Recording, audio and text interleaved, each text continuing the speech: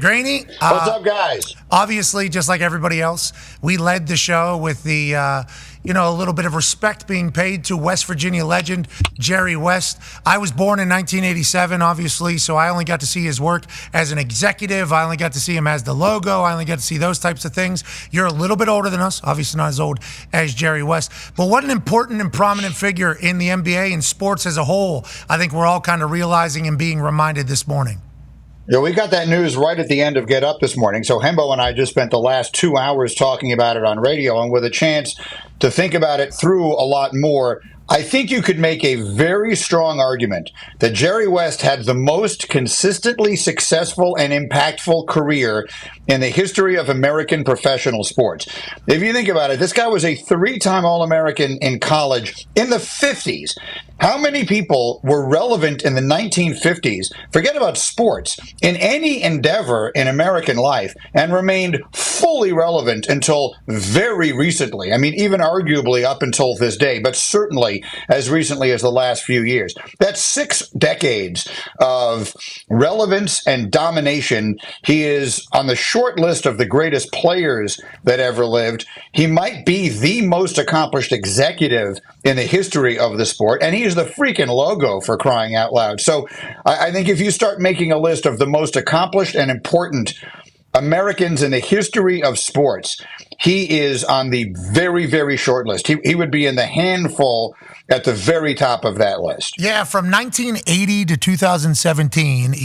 That's when his 8 championships as an executive were tracked. So I believe he stepped out after that because 2020 didn't count towards it. But just think about that amount of years. That's crazy. And everybody seemingly being okay with it. You know, at some point, everybody kind of loses their luster. Everybody wants forced out. This guy's 86 years old, passes away at 86. If he wanted a job back in the NBA, everybody would be completely okay with that. That is saying something not only about his basketball acumen, but him as a human. You know, West Virginia boy, Greeny, it's a West Virginia legend, and I like to see the whole world pay tribute to somebody that's great, because nowadays everybody's trying to tear people down. Rest in peace, 44. You done good, logo.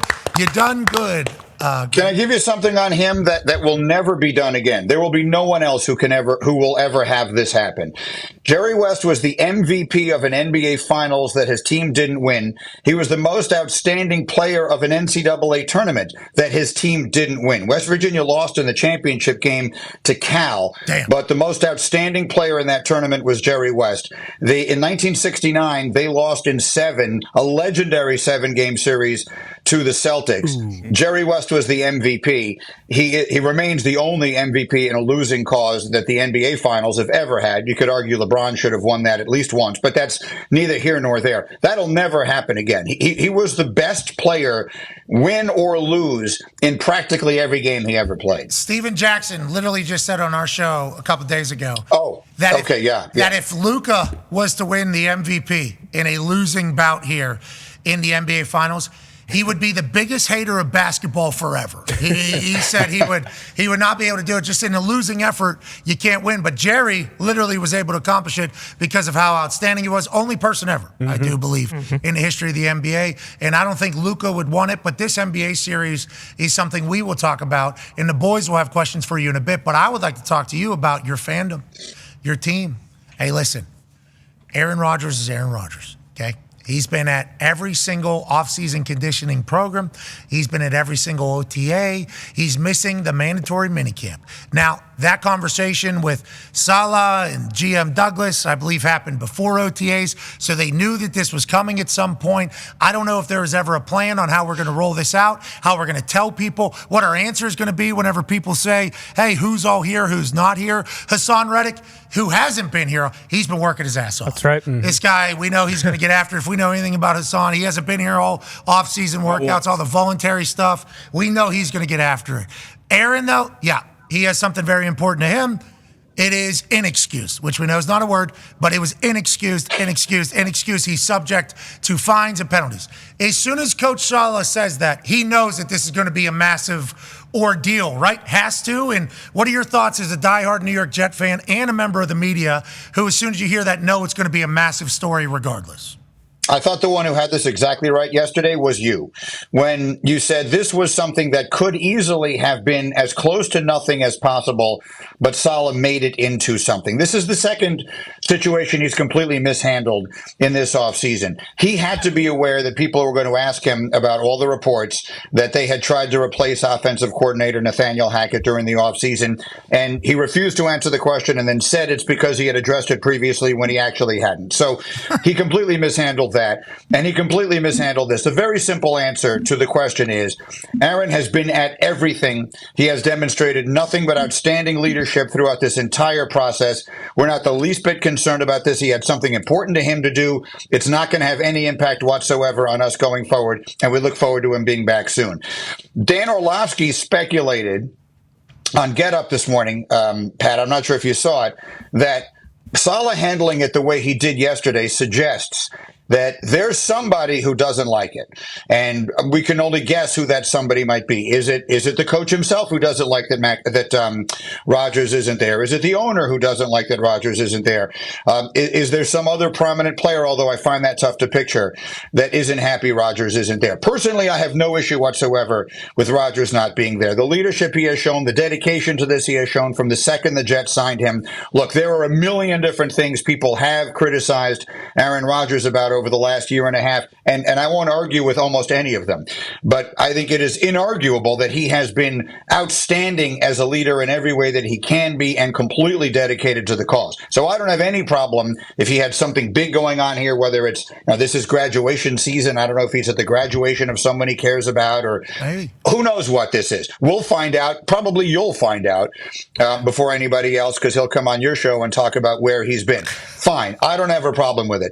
Saleh made it into an issue yesterday. I agreed with you that was not well handled by him, but I do agree with Orlovsky's take that maybe the way he handled it yesterday suggests that while I'm okay with it, maybe down deep inside he isn't okay with it, or someone else important isn't okay with it. Yeah, and it's very fascinating because in the NFL, these types of things happen. I mean, Tom Brady missed an entire training camp. Obviously, he had a lot going on at that particular case. He missed practice in there. But mandatory minicamp, especially if you have 100% attendance going into it, normally, I mean, 20 years into his career, you would think there would be at least some sort of conversation where they're like, all right, cool. Yeah, you got to do what you got to do. And people cut mandatory minicamp early, especially if there's 100% attendance, which there seemingly has been for the New York Jets, which leads me to this.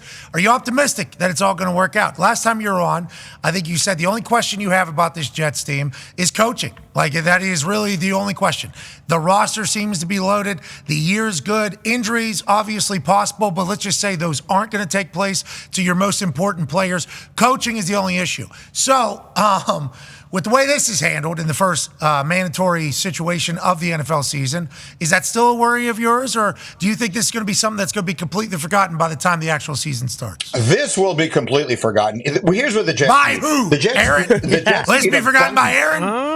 I've not talked to Aaron, okay, because I don't want to know, because I got to go into this thing right here. So I enjoy speculating. You're right, though. We will find out at some point in the story that'll be told. It's going to be, I just can't wait to hear it, because it's going to be elaborate. You need to text him. You need to text him and find out where it is he is. You need to. I don't have his number, AJ. and Lord knows Shefty and Diana Rossini don't have his number. Diana's tweet this morning was awesome. I didn't see it. What did she tweet? I missed it. What did she tweet?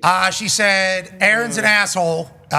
He could have been in football. Instead, something else is more important. Something along those lines is pretty much what Really? it was. No, she didn't say asshole. I'm just saying the way it read was, that was the tone. He's an asshole in this entire thing, which Coach Saleh had to know was going to be here it is. Aaron Rodgers is skipping all of Jets mandatory minicamp this week because he prefers to be somewhere else away from football. That's his choice. All right, so kind of how I summed it up is what she said. But that is an accurate take, I guess, on the situation. But the fire could have been put out immediately by Coach Saleh, who understands that he didn't want it to be. So maybe Dan Orlovsky's accurate as well. Maybe he's speaking for numerous people, but all those people know that if Aaron doesn't play football, they're all fired. So it's an interesting dynamic over there for sure. Do you think he shows up at any voluntary shit next year if he's still on the Jets? No chance. I'm so not worried about next year. Like, next year is another lifetime away.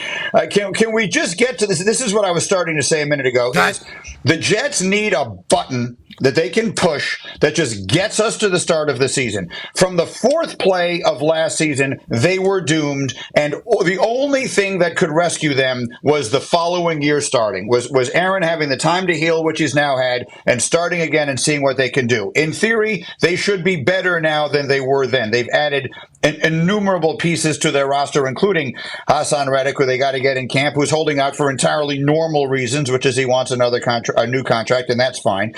Hopefully they get that figured out. They should be better. They need to just push a button and get to the start of the season. Nothing good can happen between now and then. They need to get on the field because, in theory, on paper, everything they have should be really good. So to go all the way back to your first question, yes, I'm confident so long as Rodgers isn't mad at the way this has been handled. See, here's the one thing about Aaron. And you know him infinitely better than I do. But what is obvious is, like, he's sensitive to stuff like this. So if you think it's curious the way Saleh handled it, and I think it's curious the way Saleh handled it, I worry that maybe he thinks it's curious the way Saleh handled it. I mean, I got to stop worrying. This is driving me nuts. Can we just have a football season for crying out loud? I think you're in the accurate lane there, though, a little bit. Now, once again, I've not talked to him about it, and Saleh said he has not talked to Aaron about it. Even better. You Jets are awesome. The Jets are... Here's Coach Saleh talking about whether or not he has chatted with Aaron. There was a lot of craziness that came off of Aaron's absence yesterday, as expected. Did you have any contact with him? Like, talk to him after between yesterday and today? No, I haven't. Okay, so they haven't talked. Now, who knows where he could be in a TP somewhere. We have no idea. He could be. We have no clue where he could be, and maybe he's off the grid. He could be in a hole.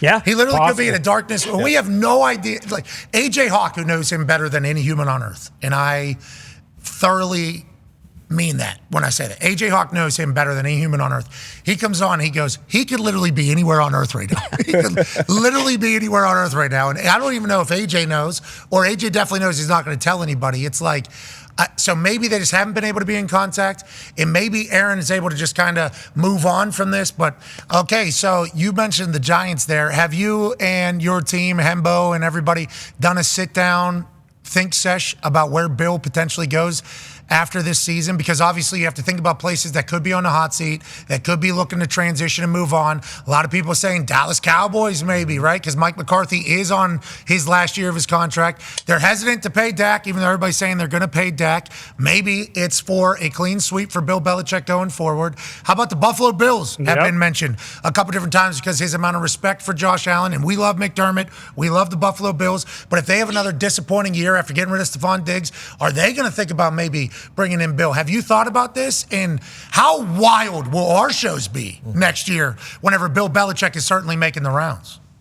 I think that if you know Belichick, and you're getting to know him now, and you will more as the season goes on, Belichick loves the Giants. That's where he came from. That's where he was sort of raised in pro football. He remains very close with the family that owns the New York Giants and has since the literal inception of the franchise. I think if all other things being equal, that would be the job that he would want the most. The Cowboys part of it, I think, is interesting because there are people who would think that he could never deal with or work for Jerry Jones. I would disagree with that. I think he might enjoy not being the person who has to get up there and talk about anything. And very briefly, if I may, yes, sir, I would say to you, I don't think they get a deal done with Dak Prescott at all. Whoa. If I'm really? Advising Dak Prescott, well, let me ask you a question, McAfee. You're one of the most you were one of the highest value free agents in the media business for a while there, right? How'd that work out for you? Pretty good. How was it? How was it being an unrestricted free agent where everyone could just throw as much money at you as they possibly wanted to, and you could just sit back and pick where you wanted to go? Well, football, quarterbacks very rarely find themselves in that position, but Dak Prescott is one season away from doing exactly that. If Dak Prescott becomes an unrestricted free agent after this coming season, which there's nothing the Cowboys can do to keep him from becoming that, then he will be able to choose his spot. He'll be able to choose his salary. Half the teams in the league will offer him $1 trillion, and he can choose where he wants to go. If it's to stay in Dallas, great. If he wants to go someplace else, he'll have an endless variety of options to choose from. Being an unrestricted free agent star quarterback would be one of the rarest commodities that we've seen in pro sports in recent memory. He will make a killing, and if I'm advising Dak Prescott, I wouldn't even think about signing a contract this offseason. Play out the year and then let the world come to my feet, which is what they will, regardless of how he plays this season. Yeah, I mean, Kirk Cousins just got a $180 million deal, $130 million guaranteed. And to your point, here's what Dak Prescott had to say about it. But there's also some uncertainty with contracts for guys, last year for you, last year for some guys, every coach, all that stuff. Does it raise any urgency as you're going into this season? This is the urgency you should always have, to be honest. So maybe guys who normally wouldn't feel it. So I don't mind it. Been in this position before. I'm a gambling man. Will gamble on myself and my guys. So not actually, guys. I understand. I understand. There's been a lot of shit with that. So. I mean, obviously had to clear that up. But he said, "I'm a gambling man." He's already had a big time payday. Maybe he is just going to roll the dice on the last year of his contract, like Joe Flacco did back with the Baltimore Ravens. He would go on to win a Super Bowl and then become the first $100 million quarterback, I think. And he's still playing. He's going to end up playing for the Indianapolis Colts. We're pulling for you, Dak. Okay, last question here from the boys, and we can't thank you enough for joining us, Greeny. Go ahead, Con Man. Yeah, Greeny, the conversation around the Celtics before these first two wins in the finals was about Jalen and Tatum, and even after game one it was. But now it's kind of transitioning to, is this Boston Celtics team one of the most dominant teams ever? Obviously, the 73-9 Warriors would be up there, but they didn't win the championship. So would you say that this Celtics team is one of the most dominant teams since the Lakers with Kobe and Shaq? Or do you think that they're kind of a tier below that maybe? Because, I mean, we're looking at it today. This will only be their third time or fourth time being underdogs in an 82-game regular season. I mean, that is pretty asinine when you look at it. If they sweep the series, they'll finish 80-20. They're the only team in the NBA that did not have a 3-game losing streak the entire year. They played a lot of it without Kristaps Porzingis. By the way, with Kristaps Porzingis, I think this was a sweep. But the reason that Porzingis is a unicorn is not because his talent is so unusual. It's because sightings of him are so rare. And so this shouldn't come as a surprise. But they have a lot of experience playing without him, so I still expect them to win, though not nearly as easily as they would have otherwise. There's two separate questions, I think, or there's two answers to your question. Do I think they are as great a team? If you lined them up and you had them play the Shaq and Kobe Lakers, do I think they would beat them? No. I think the Shaq and Kobe Laker team was better. But that doesn't mean they aren't as individually dominant at a given time as those teams were then. The game has changed. The league is different than it was then. I think people overlooked the Celtics this year for a couple of reasons. One, they ran out and were so far ahead of everybody so early that we just all kind of lost interest. We were trying to figure out, can anyone in the East play with them? And then through all of the injuries that happened in the Eastern Conference playoffs, we found ourselves saying, well, maybe the Celtics aren't as good. Anyone could have run through this. What I think they proved to us in the first two games is that when they are fully healthy, they are by a wide margin the best team in the NBA. You didn't even mention the name of Drew Holiday, who, if I had a vote right now, would be the MVP of these finals so far. Today happens to be his 34th birthday, by the way. Happy birthday, Happy Drew. birthday, Drew. Happy birthday, Drew. Happy birthday, Drew. In my opinion, he's one of the most underappreciated, genuinely great players in the NBA. So I think the answer to your question is yes. If they sweep this series or win it in 5, then I think you will have to say they had a 14-game margin in the conference in the regular season. They will have run through the postseason basically unscathed. It's not their responsibility to pick the opponents that they play. So yes, they will have had one of the most dominant seasons in the history of the NBA, whether you think that makes them one of the individually greatest teams or not. Let's go for the green. They're getting 2.5 tonight. What did you say? I like the Celtics tonight. I like certainly with, I think 84%, Hembo told me 84% of the money is on Dallas. And if there's one experience that I've had, it's that when 84% of the people think something is going to happen, 84% of the time it doesn't. Yeah. So We're all I seeing would green strongly tonight. go the other way. We are seeing green tonight on ESPN Bet. We appreciate the hell out of you for your time. Can't wait for the U.S. Open this weekend, Greeny. Let's go.